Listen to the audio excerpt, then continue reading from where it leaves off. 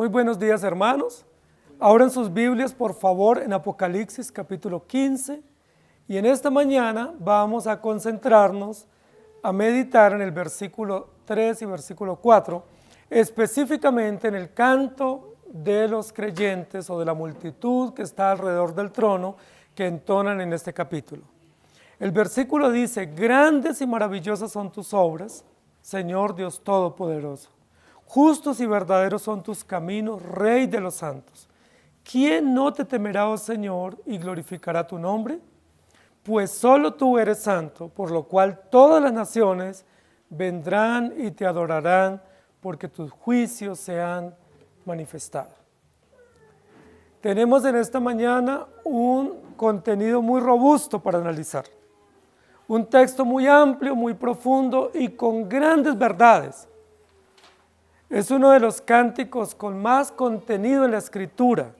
Aunque es corto, resume o sintetiza verdades centrales de la fe y verdades centrales del carácter de Dios que es importante meditar. ¿Quién no te temerá, oh Señor? Estamos en esta mañana, querida iglesia, concluyendo este cántico que nos ha tomado algunos domingos meditar. Una gran señal en el cielo, el Hijo del Hombre, ¿cierto? 7 ángeles con 7 copas que están listos para derramar 7 plagas, plagas finales, plagas postreras sobre la tierra. Pero hay un preámbulo, hay un interludio antes de derramar esas 7 copas. Y ese interludio lo constituyen los redimidos, o los salvos, o los creyentes de todos los tiempos, representados a través de una gran multitud, en pie, junto al Cordero, cantando 2 cánticos, que en realidad es un cántico, que es el cántico de los redimidos, el cántico de Moisés, diciendo. Para los que estábamos en vilo pensando cuáles son esos 2 cánticos, aquí está la letra, aquí está el cántico sintetizado, que se escucha, se canta en el cielo y se escucha en la tierra. ¿Quién no te temerá, oh Señor? Y vamos a meditar un poco en esta mañana en algo que en otras oportunidades hemos meditado, pero nos va a servir este cántico, sobre un término o un concepto muy importante en la Escritura, que hoy en día, no solamente en la iglesia, sino también en el mundo contemporáneo, se ha diluido, y es el concepto de temor. ¿Sí? La nota más alta en este cántico está en el versículo número 4. Recuerden que los cánticos están compuestos por notas, ¿sí? Porque son canciones que implican melodías o que implican armonías. Y los cánticos tienen notas. Y un cántico no tiene una sola nota. Aunque se toca en una nota, no tiene una sola nota. Tiene notas altas, tiene notas medias y notas bajas, ¿sí? Las notas bajas son las más graves, las notas altas son las más agudas. La nota más alta en este cántico está en el versículo número 4, que se elabora o se construye a partir de una pregunta retórica. ¿Quién no te temerá, oh Señor, y glorificará tu nombre? El centro de este cántico constituye la nota más alta del cántico, es decir, la nota más aguda, el punto más alto, ¿sí?, de la canción, y se elabora o se construye a partir de una pregunta retórica. ¿Quién no te temerá, oh Señor? Y eso nos pone a nosotros en la gran tarea en esta mañana de entender el tema del temor. La pregunta es: ¿quién no te temerá? Es decir, ¿quién no tendrá temor? La mayoría de nosotros hoy, y lo hemos dicho posiblemente, cuando llegamos a ese tema del temor a Dios, del temor a los padres, del temor a la autoridad, la mayoría concluimos diciendo: temor es igual a respeto, temor es igual a admiración, temor es igual a admirar y respetar a alguien. Cuando la Biblia dice que los hijos teman a los padres, lo que se dice es que los respeten o los admiren. Cuando la Biblia dice que los hombres tenemos que respetar las autoridades, lo único que tenemos que hacer es admirarlas. Y cuando la Biblia dice que temamos a Dios, lo que nos dice es que lo respetemos y lo admiremos. ¿Es esa la definición más acertada de temor? La pedagogía hoy y las ciencias humanas nos dicen sí, temor es respeto, temor es admiración. Pero si usted miran en un diccionario, ¿qué significa temor? La definición es miedo, terror, pavor, espanto. Así define cualquier diccionario de sinónimos o cualquier diccionario la palabra temor, cualquier diccionario de lengua española. ¿Cómo se define temor? Terror, pavor, espanto, sobresalto, miedo, quedar paralizado, quedar espantado ante una presencia o ante un ser, en este caso ante Dios. Entonces, si decimos que temor es igual a respeto, no estamos siendo fieles a lo que significa la palabra temor. Si decimos que temor es igual a admiración, no estamos realmente definiendo la palabra temor, porque nosotros admiramos a muchas personas y admiramos muchas cosas. Por ejemplo, admiramos la naturaleza, admiramos personas por sus talentos, sean mayores o menores, sean inferiores o superiores, las admiramos por su talento, su capacidad, sus logros, las admiramos. ¿Pero eso significa que les tenemos temor?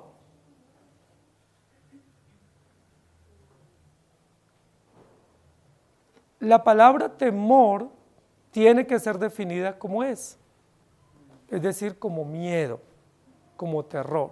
La pregunta entonces es, ¿Dios nos está diciendo que le tengamos miedo?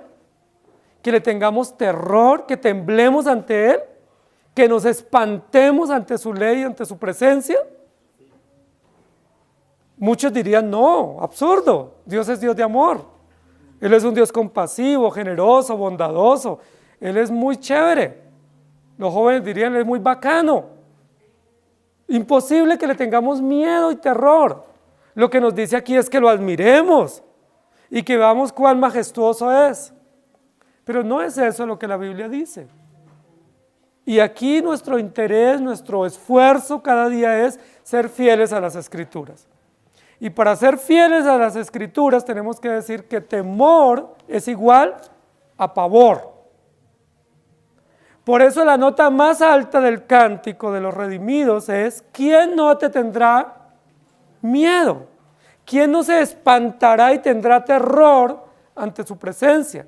¿Quién no quedará aterrorizado? Porque tus obras son aterradoras. Tus obras son paralizantes. Tus obras nos dejan espantados. ¿Quién no se espantará ante ti? Y por eso el título de nuestra prédica hoy es ¿quién dijo miedo? Porque temor no es igual a respeto, temor es igual a miedo. ¿Alguna vez ustedes han tenido miedo? ¿Qué les produce miedo a ustedes? Alguien dirá, pues me produce miedo la oscuridad, no soporto la oscuridad. ¿Y qué sentimos cuando nos da miedo? ¿Cuál es la sensación? ¿Cuál es la reacción ante el miedo? Algunos se espantan, sudan, temblamos, nos quedamos sin palabras, no sabemos reaccionar, otros corren, otros lloran, pero todos tenemos reacciones o sensaciones diferentes o distintas ante el miedo. Pero no podemos ser indiferentes ante las cosas que nos producen miedo, sea la soledad, sea las tinieblas, sea la muerte, sean las malas noticias, el futuro, cualquier realidad que nos produzca miedo. La Biblia dice que nosotros debemos tener miedo ante Dios, es decir, no podemos ser indiferentes ante Él y ante el miedo que Él nos produce debemos paralizarnos o temblar, ¿cierto? Isaías dice en la Biblia que cayó espantado y se tiró al piso y se tapó la cara, ¿sí? Y no podía levantarse y lo único que atinaba a exclamar es ¡ay de mí! Que soy hombre muerto. Moisés también, cuando vio la presencia del Señor, tuvo miedo. Dice la Biblia que temblaba. Los apóstoles, los profetas, cuando vieron la presencia del Señor o cuando estuvieron frente a una realidad magnífica de temor, ellos se aterrorizaron. Los discípulos, cuando estuvieron en el monte de la transfiguración, dice la Biblia que también temblaban y estaban aterrorizados. Hermanos queridos, ¿quién dijo miedo? ¿Quién es el que dijo miedo en la Biblia? ¿Quién es el que infundió temor en el hombre?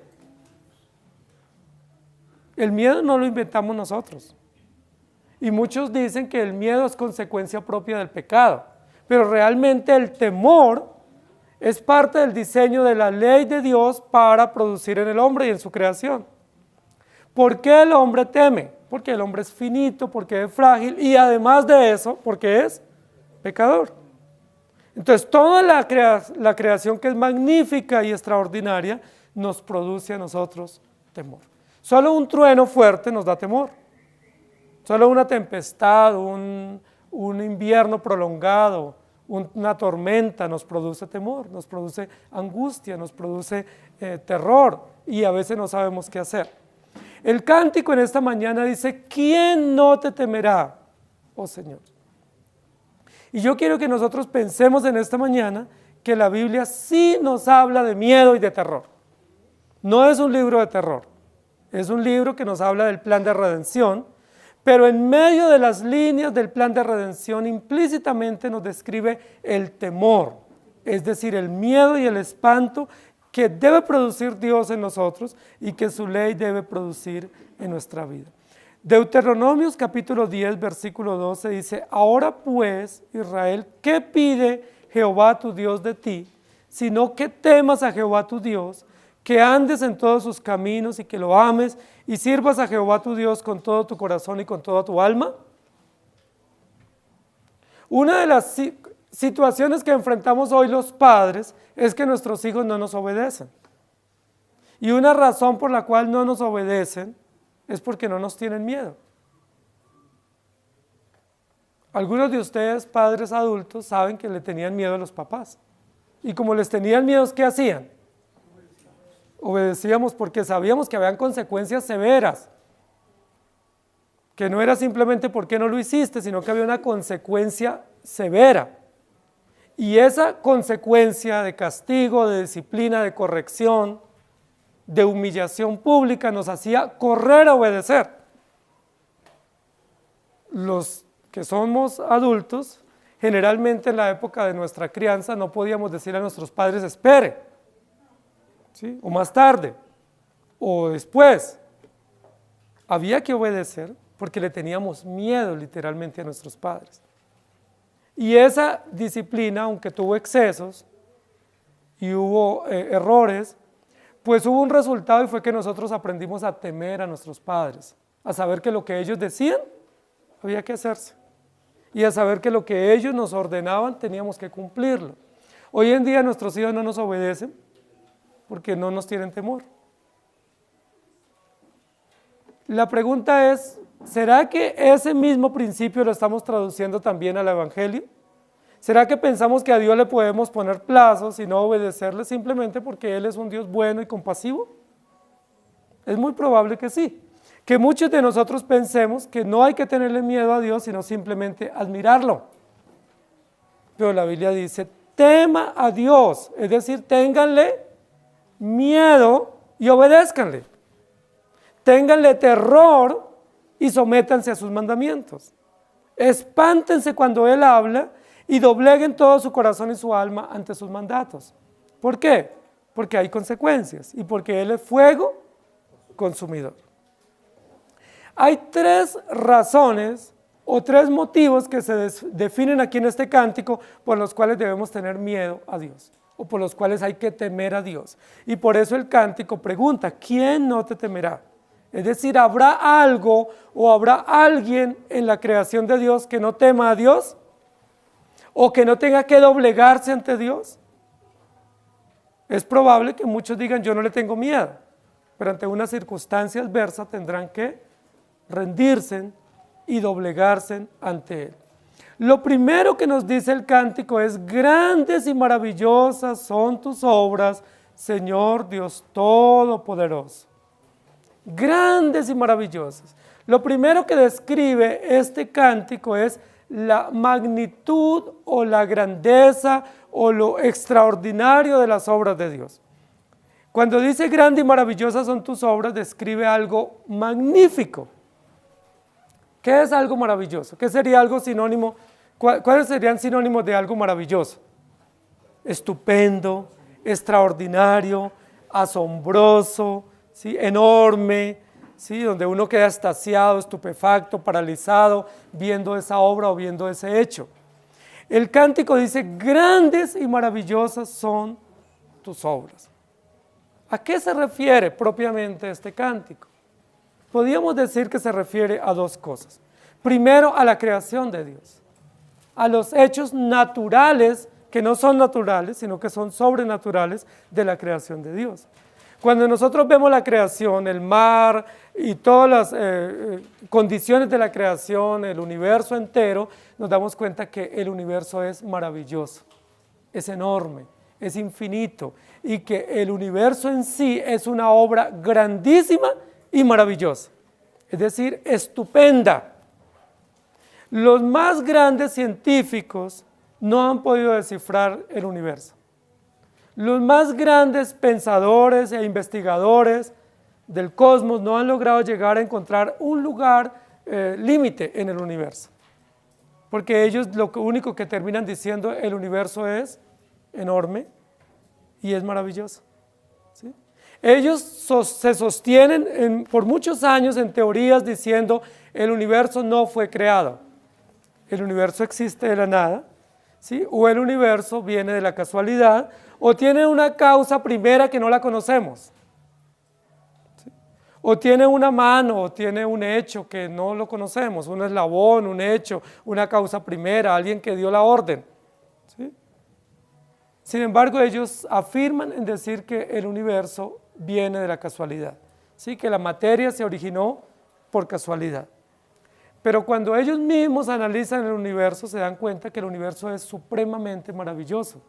Y no solamente maravilloso, sino preciso, que tiene un diseño y una precisión y una exactitud que ellos no logran definir. ¿Quién le dio precisión al universo? ¿Quién le dio ese orden y ese diseño al cual se somete? Ellos dicen, no, es que el universo está evolucionando. Muy bien, todo bien. Pero si está evolucionando, ¿por qué mantiene las mismas leyes y principios? Porque desde el primer momento, ellos hablan de millones y millones de años. Nosotros sabemos que no tiene millones y millones. La Tierra, porque la Biblia no nos dice eso. Pero bueno, supongamos que tiene millones y millones de años para ellos. Si el universo está evolucionando, ¿por qué se rige por las mismas reglas millones y millones de años? ¿Por qué no han evolucionado las reglas?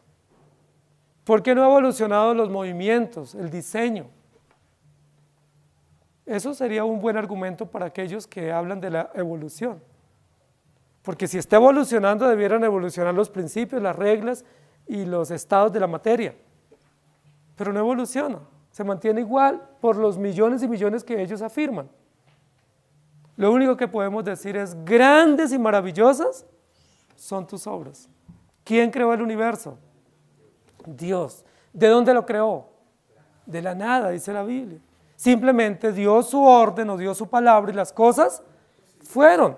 Y las cosas siguen existiendo por orden y determinación exclusiva de Dios. Los redimidos en el cielo, que están aquí representados en el capítulo 15, están sobre el mar de vidrio, es decir, en la presencia de Dios, en el trono de Dios, ¿cierto? Una presencia donde todo lo puede ser visto, donde no hay nada oculto, están en el podium para ser honrados con el premio de los vencedores por la gracia de Dios, y ellos entonan una canción diciendo, grandes y maravillosas son tus obras. Es decir, tu creación es magnífica, perfecta, exacta, el diseño es extraordinariamente maravilloso. Nadie puede descubrir ese misterio, solo los creyentes. Los incrédulos se atreven a pensar que todo existe por casualidad. Los creyentes decimos, tus obras son maravillosas. Dios las hizo. desde lo más enorme o más distante de nosotros, ¿cierto? O el cosmos o lo macro, hasta lo más micro es maravilloso. ¿Sí? No solo lo macro es maravilloso, ¿sí? Cuando uno ve, por ejemplo, imágenes de la NASA o imágenes del universo, uno se queda extasiado, ¿sí? Es enorme, enorme, enorme. Y no puede ser descifrado por el hombre. Son millones y millones de estrellas, de satélites, de sistemas solares que el hombre no logra conocer ni descifrar. Lo único que puede decir es, no, hemos descubierto muchos sistemas o muchos satélites, además de los que ya conocían. ¿Quién es el único que los conoce todos? Dios, porque Él los creó. ¿Y saben algo más? La Biblia dice que a cada uno le tiene nombre. Y Dios conoce el nombre de cada uno. Es decir, cada satélite, cada sistema, cada estrella tiene nombre. Dios le puso nombre y le puso un propósito. Y ese nombre Dios lo conoce. ¿Eso no es maravilloso? Ellos todavía intentando descubrir si hay vida en otros planetas. Y la Biblia ya nos dice que Dios conoce todo el universo porque Él lo creó y que le dio nombre. Eso es maravilloso, pero lo micro, lo microscópico también es supremamente maravilloso. ¿Sí? ¿Cómo hay vida en partículas tan pequeñas, en átomos tan pequeños? ¿Y cómo la vida existe? ¿Cómo tienen informaciones? ¿Cómo hay realidades de vida y de herencia y genéticas que están allí implícitas en las partículas más diminutas de la materia? Eso es maravilloso. Lo único que podemos decir es grandes y maravillosas son tus obras.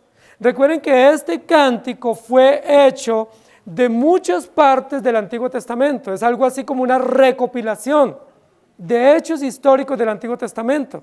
Todo el material con el cual se construyó este cántico está en el Antiguo Testamento. Y el primer momento en el cual literalmente vemos de este cántico está en Éxodo capítulo 15. Lo que ellos habían visto era que el jinete y el caballo había sido sumergido en el mar. ¿Y qué cantan los creyentes? Grandes y maravillosas son tus obras. Pero ellos también recordaban los hechos de la tradición oral del pueblo de Dios que hablaban del diluvio y que hablaban de la Torre de Babel, donde se ven elementos de la naturaleza, donde se ven realidades de la creación puestas bajo el gobierno de Dios para atemorizar al hombre. Hermanos queridos, ¿quién de nosotros no le tiene miedo a la naturaleza? Terrible, ¿sí? Un río desbordado, un mar agitado, ¿sí? La naturaleza es terrorífica. El fuego, el agua, el frío, el calor, ¿sí? Una persona se va a las zonas frías y puede quedar congelada, muere de hipotermia. O si va al calor también, insolada. Terrible. Cualquier realidad de la creación es terrible, es inclemente. La creación es temeraria. No más un río, ¿sí? No más un viento, un trueno. Ahora todos los animales, las mismas plantas, todo es temerario para nosotros. Muchos de nosotros le tenemos miedo a animales muy pequeños. Un animal diminuto, aún un insecto, nos puede generar tanto miedo y tanto terror que quedamos paralizados. Decimos que las mujeres les tienen miedo a los animales, pero nosotros los hombres también, somos cobardes. Una pequeña serpiente, una araña, ¿sí? Un ratón, nos puede poner a sudar de pánico. ¿Por qué un pequeño animal nos produce tanto miedo? ¿Por qué? Porque la creación nos revela el temor de Dios.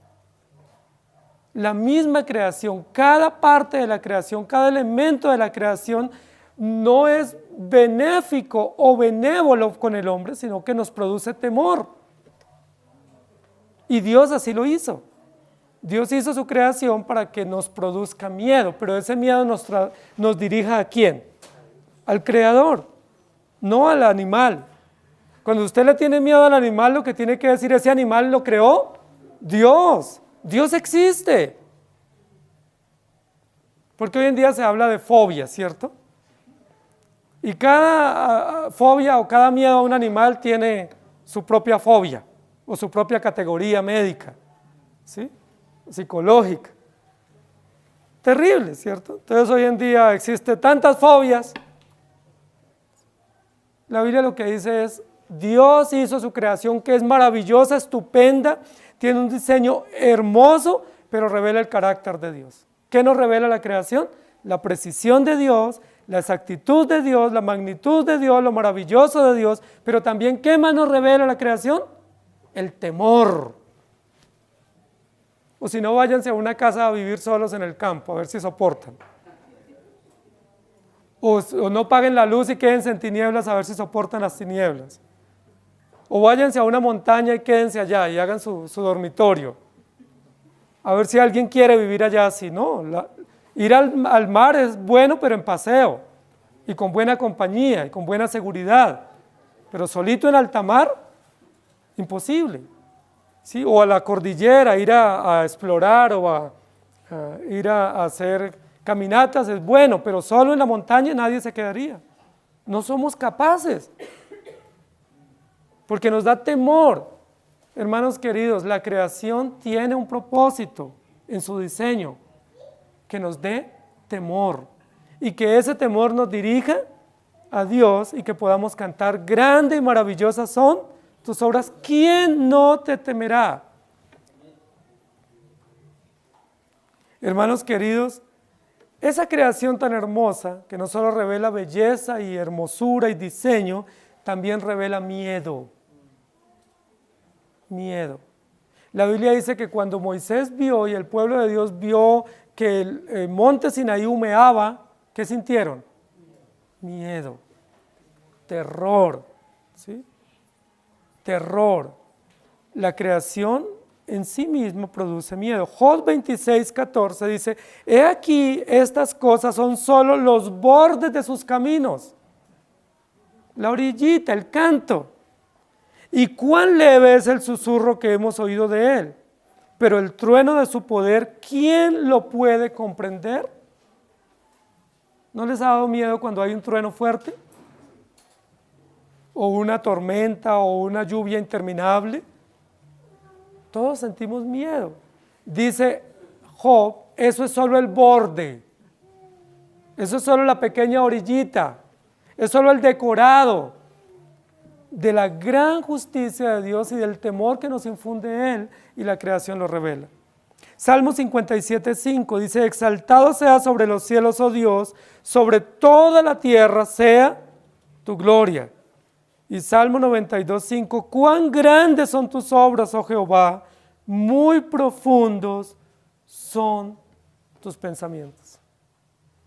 Recuerden que recientemente hubo una emergencia en un país oriental de unos jovencitos que se entraron por allá en una cueva a explorar y quedaron atrapados.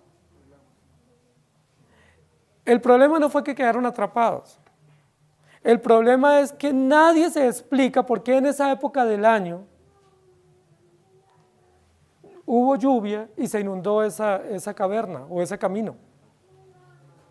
Porque los geólogos no podían explicar por qué en esa época llovía, porque normalmente no llovía en esa época. Y ellos confiadamente podían entrar y era una ruta normal de exploración, pero ellos quedaron atrapados en esa cueva porque llovió y se inundó y pues no pudieron salir. Y uno dice, imposible que haya sucedido eso cuando los geólogos podían advertir que era verano y terminó habiendo una lluvia y se inundó. ¿Qué nos muestra eso? Dios es soberano. Dios controla los tiempos y las estaciones. Por eso dice la Biblia, insensatos, necios, cuando decimos, hoy habrá verano y habrá buen sol. Ah, bueno, si saben las estaciones y los tiempos, entonces ¿por qué no saben que Dios es justo? Si pueden pararse en advertir qué va a pasar hoy y qué va a suceder hoy, entonces ¿por qué no se atreven también a decir que que hay sentencias de juicio sobre nosotros. Salmo 139, 14, dice, te alabaré porque formidables, maravillosas son tus obras, estoy maravillado y mi alma lo sabe muy bien. Isaías 66, 23 dice, y de mes en mes y de día de reposo en día de reposo vendrán todos a adorar delante de Jehová. Y luego Jeremías 17 dice, ¿quién no te temerá, oh Rey de las naciones? Porque a ti es debido el temor, porque entre todos los sabios de las naciones y en todos sus reinos no hay semejante a ti. ¿Ustedes sabían que hay plantas carnívoras también? Y que hay plantas que uno no las puede tocar porque se puede infectar, le pueden salir alergias y les puede dar fiebres y convulsiones y una cantidad de situaciones terribles. Una planta, solo con tocarla, solo con verla, con pasar cerca. ¿Por qué una planta, solo con tomarla para leña, puede causar semejante reacción en la piel y causar vómito, fiebre, diarrea, llevarlo a uno hasta la emergencia médica? ¿Por qué? Porque la creación infunde temor. Y no porque la creación sea temeraria, sino porque Dios ha impreso en su propia creación temor, terror, para que nos espantemos ante Él y temamos, pero también para que alabemos su nombre y digamos, grandes y maravillosas son tus obras, Señor Dios Todopoderoso. Entonces lo primero que hacen estos creyentes en el cielo es cantar al Dios creador y diciendo, ¿quién no te temerá? Con esta creación tan vasta y con esta belleza de la creación, pero también con este pavor que nos infunde ella misma. Lo segundo que ellos van a decir es, justos y verdaderos son tus caminos, Rey de los santos. ¿Quién no podrá glorificar tu nombre? Nosotros en otra oportunidad lo habíamos dicho, que hay 3 motivos por los cuales los creyentes deben cantar. Hay 3 motivos genuinos, bíblicos, correctos, y ninguno de ellos tiene que ver con las cosas materiales. Ninguno tiene que ver con cosas que Dios nos da, o con bienes o favores temporales. El primer motivo por el cual los creyentes cantamos es porque Dios es creador. Y porque su creación es perfecta, absoluta, y Él la gobierna. Y nosotros somos parte de esa creación hermosa y segura y perfecta que dependemos de Dios. Pero el segundo motivo por los cuales los creyentes cantamos es porque Dios es redentor. A través de Jesucristo nos ha redimido, y eso es lo que dice acá este cántico. Y si ustedes lo miran ahí en el capítulo, el versículo 2, dice que cantaban el cántico de Moisés, versículo 3, y el cántico del Cordero. Es decir, los redimidos cantan el cántico del Cordero, el cántico de los redimidos. Y el cántico es, tú no solamente eres nuestro Creador, tú eres también nuestro Redentor. La segunda estrofa o el segundo motivo, la segunda razón por la cual los creyentes cantan es porque Él es nuestro Redentor. ¿Quién no te temerá? Si tú eres nuestro Redentor, Dios Todopoderoso. La segunda mención por la cual ellos dicen, grande y maravillosas son tus obras, no es solo la obra de la creación. ¿Qué otra obra es grande y maravillosa? La redención. Hermanos queridos, todo lo concerniente a la redención es maravilloso. La gente habla de las maravillas del mundo y las 7 maravillas y las han categorizado y todos los años se hacen concursos y se hacen votaciones para ver cuáles son las maravillas del mundo antiguo, las maravillas del mundo contemporáneo. ¿Sí? Entonces, según votaciones, es los lugares más maravillosos o más estupendos o con más historia o más tradición en el mundo. Pero realmente lo único maravilloso que hay en el mundo es Dios creador, que a través de su perfecta creación también dispuso todos los medios para que su Hijo viniera. Yo les pregunto, ¿no es maravilloso que Dios eligiera una virgen para ser la madre de Jesús? ¿Eso no es maravilloso? Eso no se logra explicar, ni médica, ni científica, ni históricamente. Eso solo tiene explicación desde la fe. ¿No es maravilloso que Jesucristo, el Hijo de Dios, haya sido engendrado por el Espíritu Santo? Caso único en la historia. No es un caso común, es único, extraordinario, maravilloso. ¿No es maravilloso que Jesús cumpla todas las profecías dadas de Él 4000 años antes? Nació exactamente en el día y hora indicada, en el lugar indicado, como decían las profecías. ¿No es maravilloso que la gente más humilde haya recibido la noticia de la venida del Salvador y hayan llegado a adorarle? Todo lo de Jesús es maravilloso, su nacimiento, su entorno, las circunstancias que rodearon su vida, su muerte, todo es maravilloso. Nada es casual, nada es fortuito, nada es común, todo es sobrenatural. Y el pueblo de Dios canta, grandes y maravillosas son tus obras. Ahora, ¿no es maravilloso que nos haya perdonado los pecados? Que a usted y a mí nos haya dado fe para creer en Él. ¿Eso no es maravilloso? ¿O usted creyó porque es muy inteligente? ¿O es que aquí estamos los que tenemos más cociente intelectual? ¿O los iluminados? ¿O la élite? No, acá estamos viles y menospreciados, destituidos de la gloria de Dios, hombres y mujeres pecadores, que no somos útiles para nada en este mundo, pero que Dios tuvo misericordia de nosotros. ¿Eso no es maravilloso? Que usted hoy pueda decir, grande eres tú, me has perdonado los pecados. Lo que los creyentes están diciendo en este cántico es, no tenemos mérito para ser salvos, tú nos salvaste porque tus obras son maravillosas. No hay ningún aporte nuestro, como mencionábamos hace un rato de movimientos arminianos y pelagianos, que ellos dicen, nosotros aportamos, nosotros hicimos un gran aporte. Algunos se atreven que ellos lo hicieron todo, los más sabiondos lo hicieron todo. Sí, los más prepotentes, dicen, nosotros lo hicimos. Otros dicen, los más moderados dicen, no, 50-50. Sí, ayúdate que yo te ayudaré. Dios hizo su parte y yo hice la mía. Él hizo hasta cierto punto y de ahí me tocó a mí. Otros dicen, no, Dios hizo la gran parte, pero me dejó un pedacito a mí. Un pequeño porcentaje, no es mitad y mitad. Pero la Biblia dice todo lo contrario. Tú no hiciste nada. Ni quisiste hacer, ni podías hacer, ni hiciste nada. Todo, absolutamente todo, concerniente a la redención, le pertenece al Señor. La salvación es 100% obra de Dios. Tú ni creíste, ni decidiste, ni sentiste, ni aceptaste. Dios lo hizo todo porque su gracia es irresistible, su llamado es eficaz y porque la salvación le pertenece al Señor. ¿No es eso maravilloso? Si tú has puesto una parte, eso no es maravilloso.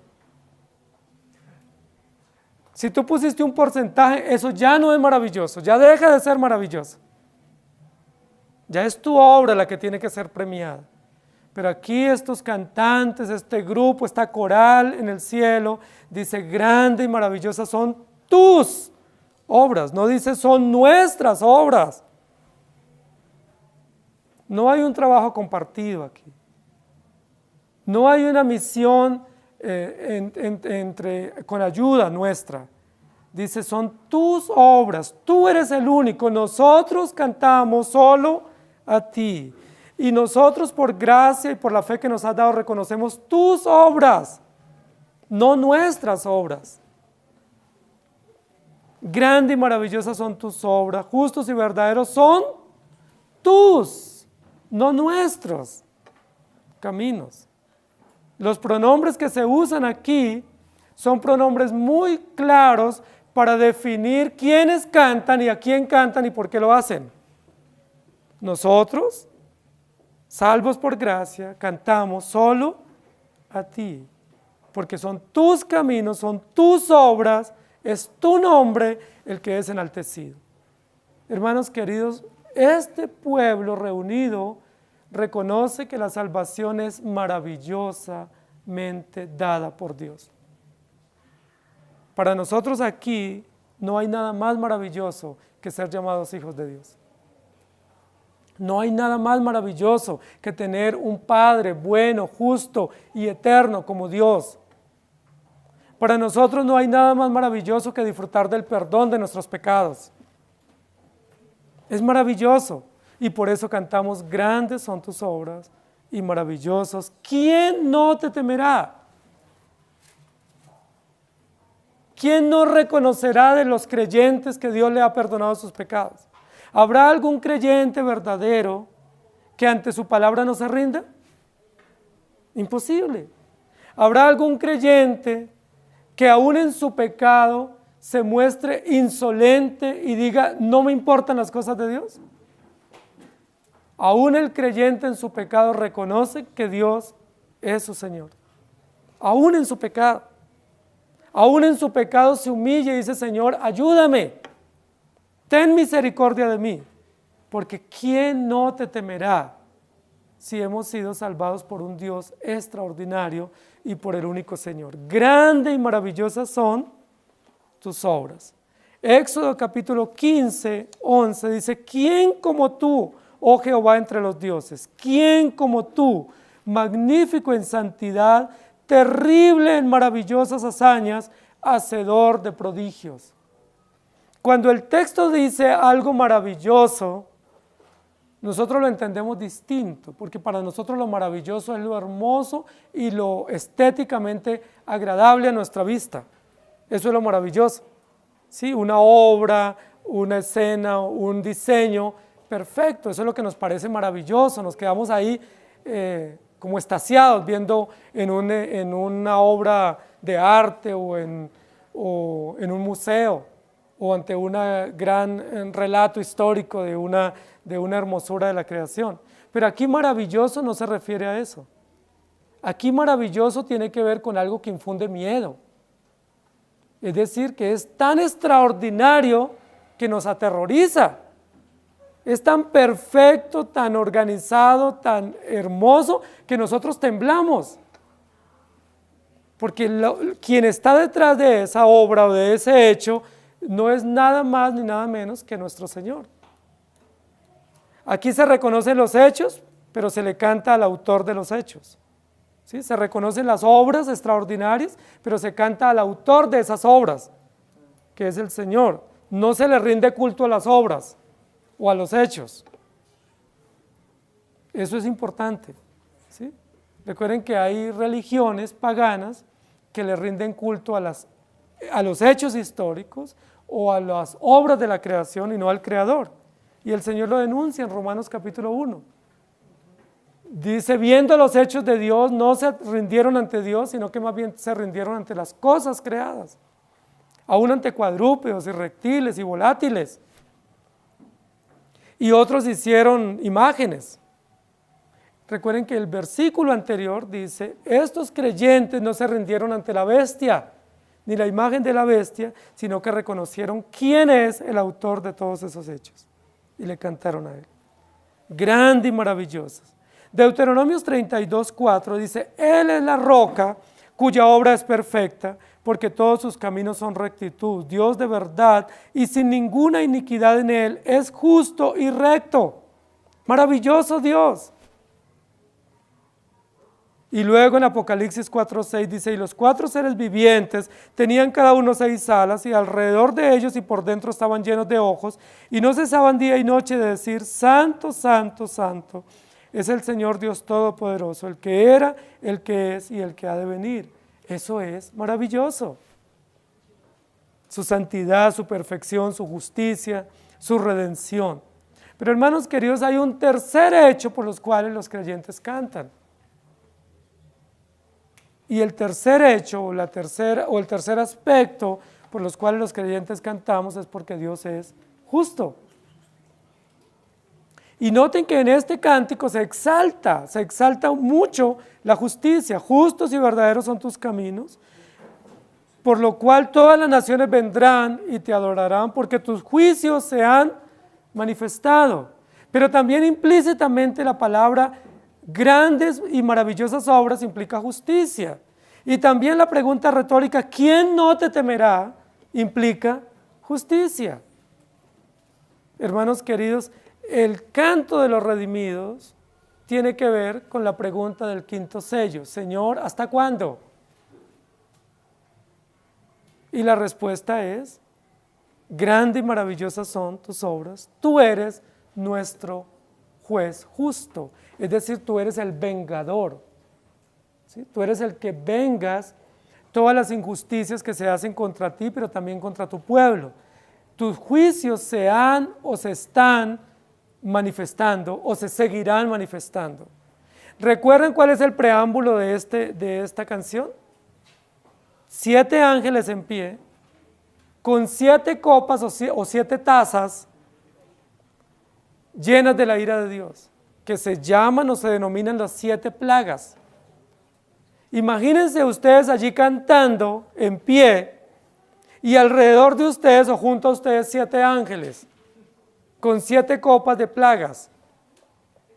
Hay una mezcla de vidrio, agua, fuego, ¿sí? Y mientras esa escena se prepara, los creyentes cantan y dicen, tus juicios se han manifestado. ¿A qué juicios se refieren los creyentes? A la plenitud del juicio de Dios que está simbolizado aquí en el escenario a través de 7 ángeles con 7 tazones de la ira de Dios. Hermanos, eso es terrorífico. Eso es paralizante. Pero los creyentes no están paralizados, están cantando. Están diciendo, tú eres nuestro creador maravilloso, tú eres nuestro redentor soberano, pero ¿qué más eres? Eres nuestro vengador. ¿Hasta cuándo, Dios justo y poderoso, no vengarás? Tú eres juez que vengas o que pagas a cada uno según su obra. Y esto es muy extraordinario, porque el cántico es un cántico imprecatorio. No solamente es un canto creacional, espontáneo, redentivo, es un canto que llama a que Dios haga justicia y que exalte la justicia de Dios y que reconoce que también es maravilloso que Dios haga justicia. Grande y maravillosa es tu justicia, tus juicios se están acercando y es maravilloso que Dios haga justicia. Muchos dicen, es imposible que Dios sea amor y que también sea justo. Eso es imposible, es incompatible para ellos. Muchos dicen, Dios es solo amor, no nos va a juzgar. Pero ¿qué es lo que los creyentes cantan? Tú no solamente eres redentor, compasivo y bueno de tus hijos, tú también eres justo y juez y hace juicio y establece justicia. Y todo eso es perfecto y nosotros cantamos diciendo, eso también es maravilloso. Uno diría, es maravilloso que se vayan muchos al infierno. Es maravilloso que muchos reciban la inclemente ira de Dios derramada en estos 7 tazones. No, imposible. No, la Biblia dice, sí, eso es justo. Y eso es maravilloso. No es maravilloso que ellos sean destruidos. Es maravilloso que Dios sea justo y que ellos tengan que pagar porque se rebelaron contra Dios. Es maravilloso que Dios tome cuenta porque Dios nos creó para adorarle y nosotros nos rebelamos contra Él. Sin motivo. No tenemos queja contra Dios. Hace salir el sol sobre buenos y malos, que es su creación, ¿cierto? Que nos infunde temor, pero Dios la pone también a favor y al servicio del hombre, aún del impío. Dios ha mandado su mensaje para que se pregone y grabó su ley en la conciencia, de tal manera que nadie tiene excusa, de tal forma que sí es maravilloso que el impío pague, porque él tuvo evidentes noticias y nociones y testigos y testimonios de la existencia de Dios. Grande y maravillosa es tu justicia. Ahora, noten lo siguiente, los creyentes están en pie. ¿Se acuerdan cuál es la superficie en la cual están? Un mar de vidrio, un mar cristalino, una superficie transparente, translúcida. Es decir, ¿qué pueden presenciar los creyentes que están allá? ¿Qué presencian abajo? Eso también es maravilloso. Que los creyentes estén tras el cristal, presenciando, viendo que Dios es justo, que todo lo que Él ha pregonado y lo que su pueblo ha anunciado se está cumpliendo y que nada se pasará por alto. Eso es maravilloso. Entonces a algunos le ponen sentimiento. Usted le dice, ay, pero qué triste yo ver a mi abuelita ahí. Y qué dolor ver a mis seres queridos. Hermanos, dice la Biblia, no hay dolor. Estamos exaltando a Dios y es la justicia de Dios la que prevalece, no nuestros sentimientos. En vida tenemos que predicarles. En vida ellos tuvieron oportunidad y si no se arrepintieron, ¿cuál sentimiento? Dios no funciona por esos sentimientos volubles nuestros. Ay, qué tristeza, qué tal que me toque verlo allá. No, todos tenemos la misma oportunidad acá en vida. Todos tenemos la misma información. Todos tenemos una creación hermosa y temerosa que nos infunde el llamado urgente a arrepentirnos, a reconocer que Dios existe. Todos tenemos la ley de Dios grabada en la conciencia, la misma ley, y todos tenemos el encargo de rendirnos a Dios. ¿Por qué no nos rendimos? Muchos, si no la mayoría de los hombres en la tierra han tenido la oportunidad de escuchar el Evangelio. ¿Por qué no se arrepienten? Ustedes han escuchado a muchos de ellos la respuesta, dicen, no, eso no es para mí. Ah, no, olvídese que yo voy a volver cristiano. Otros dicen, allá usted con su Biblia y con su Evangelio. Es decir, ¿qué hicieron ellos responsable, consciente, deliberadamente? Rechazaron, se rebelaron, resistieron, despreciaron la verdad, la pisotearon. Y ahora nosotros le ponemos sentimiento. No, la Biblia dice que eso también es maravilloso. Es maravilloso que Dios sea justo. Si Él no es justo, eso no es maravilloso. ¿Qué tal que nosotros por lágrimas y por manipulación lográramos que Dios cambie de opinión? Eso ya no es ni justo, ni santo, ni maravilloso. Ahí se desdibujaría todo el concepto. Pero hermanos queridos, aquí es lo que dice, todas las naciones vendrán y te adorarán. Algunos dicen, es que habrá creyentes de todas las naciones, eso es una verdad, pero no es lo que está diciendo el texto. Aquí no está diciendo que personas de todas las naciones vendrán y adorarán. Porque recuerden que la Biblia sí dice que habrá salvos de todas las tribus, las lenguas, las naciones y los pueblos. Es decir, habrá una semilla, un remanente, unos testigos de cada nación y pueblo en la presencia del Señor en esta coral celestial. Pero aquí no está diciendo eso. Aquí cuando dice todas las naciones, no personas de todas las naciones, sino todas las naciones en conjunto vendrán y adorarán. ¿Qué es lo que está diciendo? ¿Que se arrepentirán? Porque muchos dirán, muchos dicen que al final de los tiempos todos se convertirán. Bueno, la Biblia sí dice que se convertirán en mayores apóstatas. Eso sí dice la Biblia, que la apostasía reinará y que al final de los tiempos, en lugar de haber progreso, habrá mayor abundancia de maldad y de perversión y que habrá mayor apostasía y que por eso el amor de muchos se enfriará y que reinará la impiedad y que habrá mucha más resistencia a la verdad, y eso lo vemos nosotros. No es que haya más pecado, sino que los medios y los sistemas se harán cada vez más sólidos en contra de la verdad. Hermanos queridos, aquí no está diciendo que habrá creyentes de todas las naciones. Aquí dice que todas las naciones vendrán y adorarán. ¿Y se adorarán? ¿Se convirtieron? No, ahí no está diciendo que se convirtieron. ¿Qué es lo que está diciendo?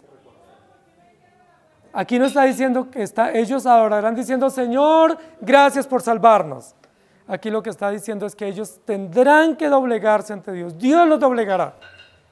Todas las naciones, reyes, príncipes, gobiernos, todos los sistemas, aún los más imponentes y poderosos, aún los que aquí en la justicia humana quedan impunes, aún lo que se guarda y se tapa y se esconde en los sistemas de gobierno, y que los medios de comunicación y los gobiernos esconden, todo eso saldrá a la luz y todos ellos tendrán que de rodillas decir, tú eres Dios. ¿Por qué no creímos en ti? Y eso se tipificará o se tipifica en este escenario como un acto de adoración. Porque adorar es reconocer que Dios existe. Adorar es reconocer y doblarse ante Él. ¿Qué harán estos hombres y estas mujeres en este momento? Dice, clamarán a las rocas, ocúltanos de la ira de aquel que vino, y se esconderán. Habrá alguien que podrá en ese momento de la justicia de Dios estar en pie y decir, a ver, ¿quién dijo miedo? Ninguno. Dice la Biblia, todos vendrán y se postrarán y te adorarán, porque tus juicios se han manifestado. Y la iglesia canta, grandes y maravillosas son tus obras. Hermanos queridos, no debemos tenerle miedo a la justicia de Dios. Porque si usted le tiene miedo a la justicia de Dios, usted no cree en Dios. Nosotros no podemos decir, yo amo estos aspectos de Dios, pero estos otros no los amo, o no me gustan. Porque Dios es un todo. O aceptamos todo y disfrutamos todo y lo vemos como grandioso y maravilloso, o no. Pero no podemos ser dualistas. Usted no puede decir, estoy encantado con la gracia de Dios, pero le tengo un miedo a su justicia. No, la justicia de Dios también es maravillosa, tanto para nosotros como para los incrédulos. Para nosotros es correctiva, para los incrédulos es condenatoria. ¿Qué dice el cántico? Tus juicios se han manifestado. Diferente a los que cantaban debajo del altar en el quinto sello, que estaban así como lastimeros, así como lánguidos ahí suplicantes. Señor, ¿hasta cuándo? Como una especie de reclamo. Aquí están en victoria, en pie, no debajo del altar, diciendo grandes y maravillosos. ¿Quién no te temerá? ¿Habrá alguien que no se doblegue ante Dios? La Biblia dice que aún la naturaleza se doblegará, que aún los animales se doblegan ante Dios. ¿Cuánto más el hombre creado a su imagen y semejanza? Porque todos tus juicios son verdaderos y son justos. Hermanos queridos, ese día se aproxima. Está cerca. Aquí en el libro de Apocalipsis estamos ya comenzando la serie. Este es el preámbulo de la serie, donde comenzarán a caer juicios sucesivos de Dios simbolizados a través de 7 plagas, que nos muestran la plenitud del juicio de Dios sobre toda su creación y sobre los incrédulos. Mientras tanto, los creyentes en pie, cantamos y vemos el juicio que viene sobre ellos. Nosotros tenemos que presenciar eso, y eso también es maravilloso, porque la Biblia dice que nosotros reinaremos con Él y juzgaremos a las naciones. ¿Sí lo han leído? No juzgaremos como jueces, juzgaremos en el sentido de que seremos testigos oculares del juicio de Dios sobre las naciones. Y en ese sentido estaremos en el panteón o en el podium donde se establece el juicio, o alrededor del trono donde se dicta sentencia, viendo el juicio de Dios y diciendo, amén, así es, eso también es grande y maravilloso. Es decir, el que infunde miedo es Dios. Pero el miedo que nos ha infundido a nosotros es un miedo para que le temamos y le sirvamos. La pregunta es, ¿usted le tiene miedo a Dios? Ok, entonces sírvale. Si le tiene miedo, ríndase a sus pies. Si usted le tiene miedo, obedézcale. Si le tiene miedo, sepa que lo que Él dice es verdad y se cumplirá. No lo tome en poco. Porque si usted toma en poco lo que Dios dice, usted no le tiene miedo. Y por lo tanto, usted no es un hijo de Dios. Porque la Biblia dice, sea Jehová vuestro temor. ¿Sí? La Biblia dice, teman a Dios todos los hombres y todos los confines de la tierra. Y la Biblia dice, el principio de la sabiduría es el miedo, el terror, el espanto a Dios. Yo creo que ustedes vinieron acá porque le tienen miedo a Dios. Y dijeron, en lugar de irme a una piscina, a un centro de recreación, prefiero ir a darle gracias a Dios hoy. Pero es un miedo que produce gozo, gratitud y reverencia. No es un miedo que produce angustia.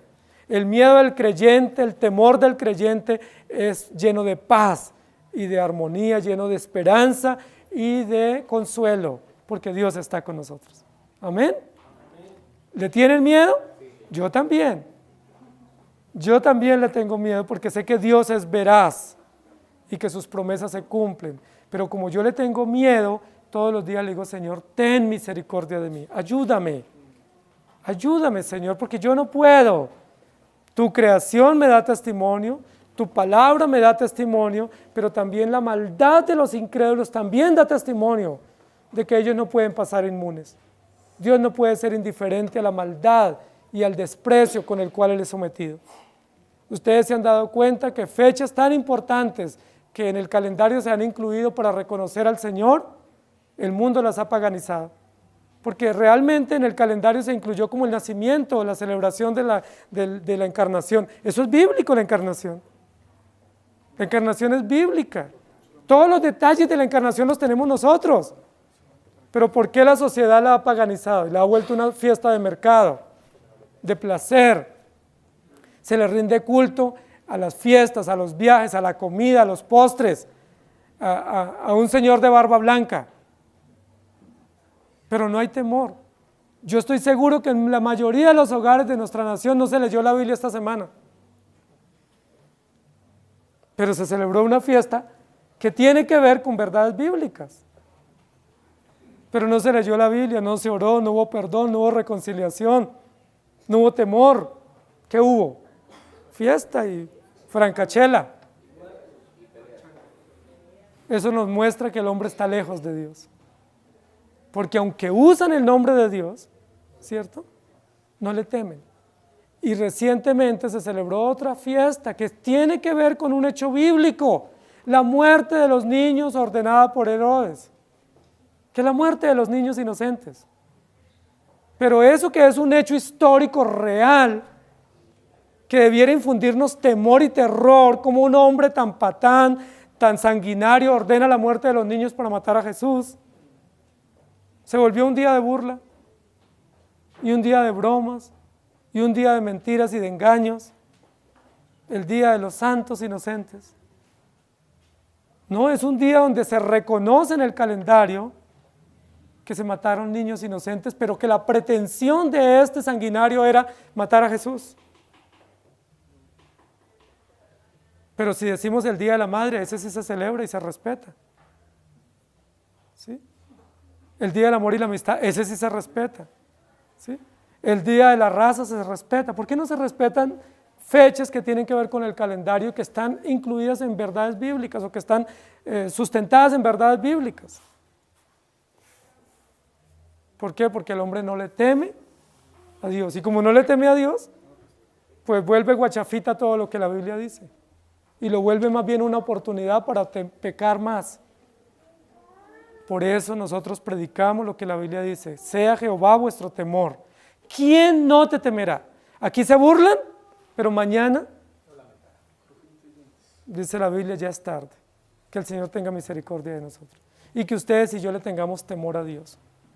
Que le tengamos temor a Dios. Y cuando nos vemos abocados a estas temporadas, pues no tenemos que huirle a las realidades, tenemos que presentar el Evangelio, tenemos que recordar lo que la Biblia dice, porque no en vano también Dios providencialmente permite que hayan estas fechas.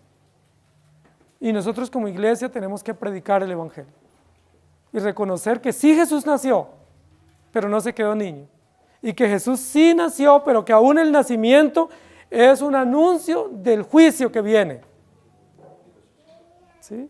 Y recordarnos que todo el plan es un programa eterno para la gloria del Señor. ¿Quién dijo miedo? Pues Dios.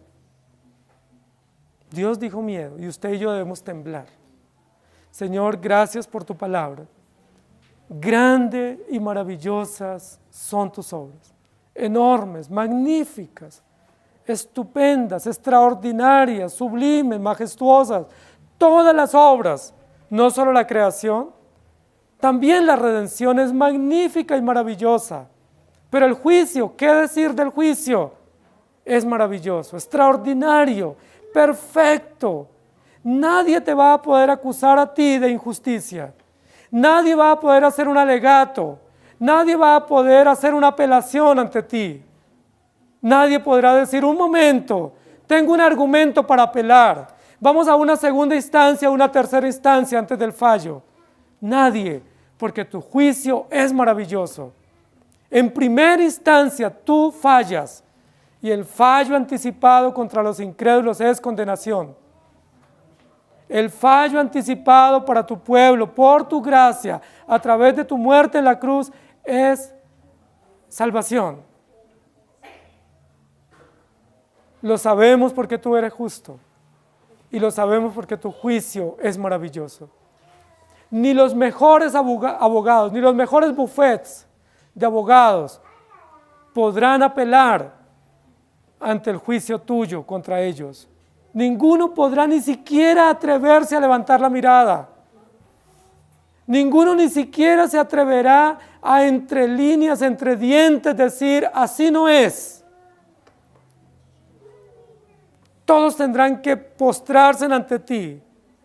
Todas las naciones, las más poderosas, las más inclementes, las que han ordenado masacres, injusticias, maldades, los que han venido contra ti, contra la ley, contra la familia, contra la vida, contra la fe, postrados tendrán que estar allí y todos tendrán que decir, tú eres Dios. Tú eres. Mientras tanto, tu pueblo en pie cantará, grande y maravillosa es tu justicia, Señor Dios Todopoderoso. Ayúdanos a temer, Señor. Creo que hoy tu pueblo ha perdido el horizonte en cuanto al temor. Pensamos que temer es admirar, agradecer, respetar, y olvidamos que temer es temblar ante ti. Leer tu palabra y temblar. Leer tu palabra y humillarnos delante de ti, escuchar el Evangelio y caer de rodillas diciendo, Señor, somos pecadores, por favor, auxílianos.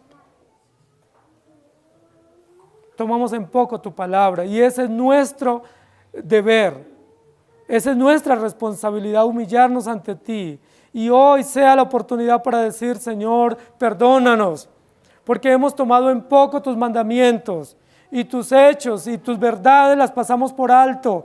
Y a veces pensamos que como tú nos has perdonado y tu salvación ya es segura, entonces como que podemos vivir de cualquier manera.